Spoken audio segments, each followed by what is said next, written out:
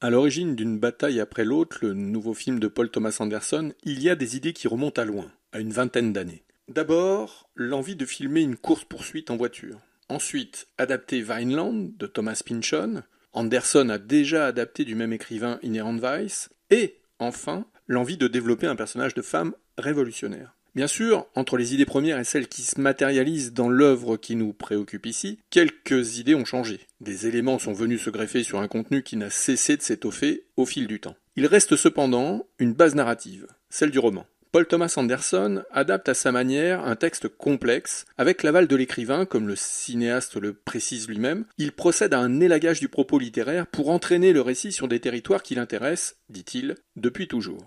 Et ce qui l'intéresse, c'est quoi ? C'est une histoire affective qui mêle amitié, amour, haine, récit familial. Tous ces éléments servent de fil rouge à un drame qui oscille entre film d'action, film criminel, mélodrame et même la comédie. Ce qui permet de combiner tous ces univers hétéroclites, ce sont les personnages du film. Tous sont des archétypes. On pourrait même imaginer que ce traitement des personnages répond à une logique à la Quentin Tarantino, ce qui serait tout de même aller un peu vite en besogne et qui pourrait même tromper sur la nature du projet. Tous les personnages arpentent des territoires qui empruntent autant à la réalité qu'à une mythologie contemporaine pour ainsi nourrir une trame qui, finalement, reflète avec bonheur quelques événements de nos réalités. Traitement des migrants, dérives populistes et fascisantes, éclosion de groupes extrémistes, etc.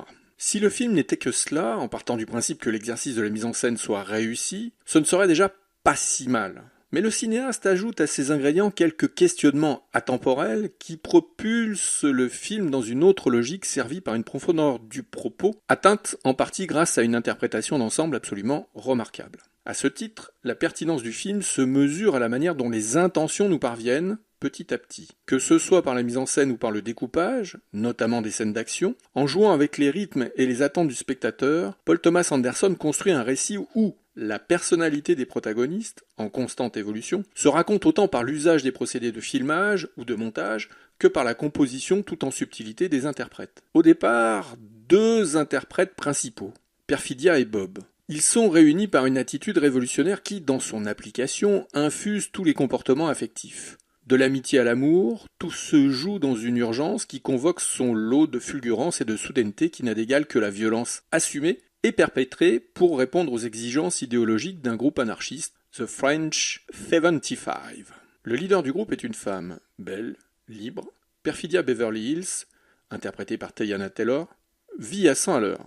Elle vit une histoire d'amour passionnée avec Bob Ferguson, a.k.a. Ghetto Pat, interprété par Leonardo DiCaprio. Le groupe attaque un camp pour libérer des migrants. Perfidia croise alors le chemin du lieutenant Lockjaw, interprété lui par Sean Penn. Attraction, répulsion, les sens en éveil, un rapport trouble se tisse entre les deux personnages sans pour autant rebattre les cartes de ce qui anime Perfidia et Bob. Lorsque Perfidia tombe enceinte, Bob tente de calmer le jeu et de se projeter dans un nouveau rôle de père de famille. Le film s'affranchit alors d'un récit aux élans politico-mélodramatiques, matiné d'action et ponctué d'un comique certain. Sans délaisser quelques aspects ou emprunts au film de genre concerné, une bataille après l'autre se laisse traverser par des nouvelles problématiques qui portent essentiellement sur l'intime.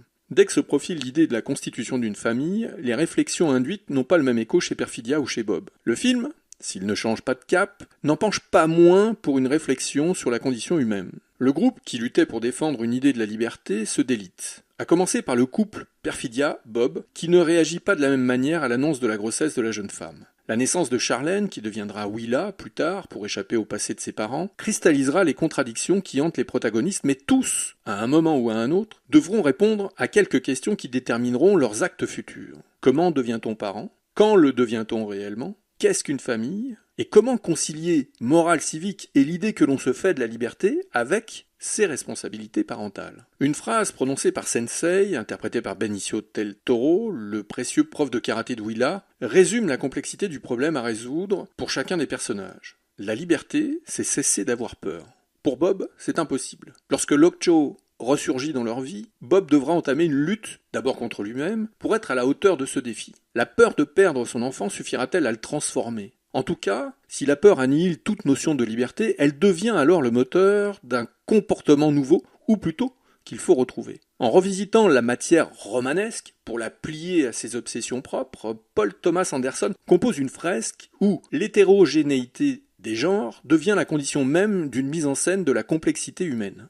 Politiquement, le film arpente cette zone grise qui fait tout le sel des relations humaines. Motivé par des raisons légitimes, se pourrait-il que des militants réalisent qu'ils se sont fourvoyés en commettant des actes qu'ils déplorent, voire qu'ils désapprouvent? Lorsque le passé ressurgit sous la forme d'un danger imminent, Bob cessera, pressé par l'urgence de la situation, de ruminer cette question sans qu'il ne soit parvenu à trouver une réponse satisfaisante. Pour Bob, une chose est certaine. S'il ne comprend pas les impératifs de la nouvelle génération, celle de sa fille, il est certain que Willa n'est pas prête à affronter le passé de son père, car le danger qu'il incarne n'est en rien comparable à ce à quoi elle se confronte au quotidien.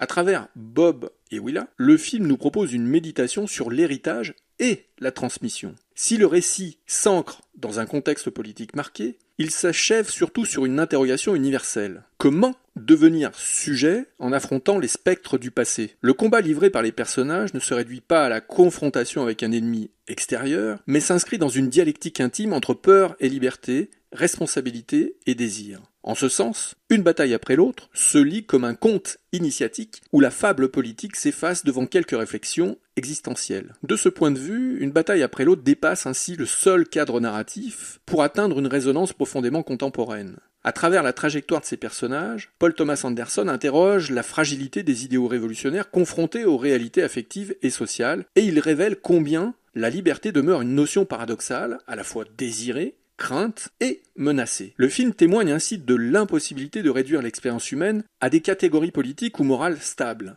Il met en lumière la part d'ambiguïté qui, toujours, habite les luttes collectives comme les combats intimes. Une bataille après l'autre peut donc se lire aussi comme un double cheminement initiatique, celui de Willa et celui de Bob. S'ils empruntent des trajectoires différentes, mais convergentes, l'ennemi du récit est bien un double paternel maléfique qui, à s'y méprendre, surgit d'un conte qui n'aurait pas encore été raconté à Willa. Que Lockjaw soit associé à un ogre, un loup ou un géant, peu importe, il reste cette part de l'inconscient collectif qui, à un moment, s'immisce dans la vie de chacun pour éveiller des peurs enfouies ou encore inconnues. Alors s'adapter, résister, jusqu'à prendre la mesure de l'épreuve et tenter de la franchir avec ses propres qualités, l'intelligence, la ruse, la force. Willa et Bob ne sont pas égaux devant le péril qu'ils affrontent, mais ils se retrouvent au moins à travers une caractéristique commune, l'abnégation.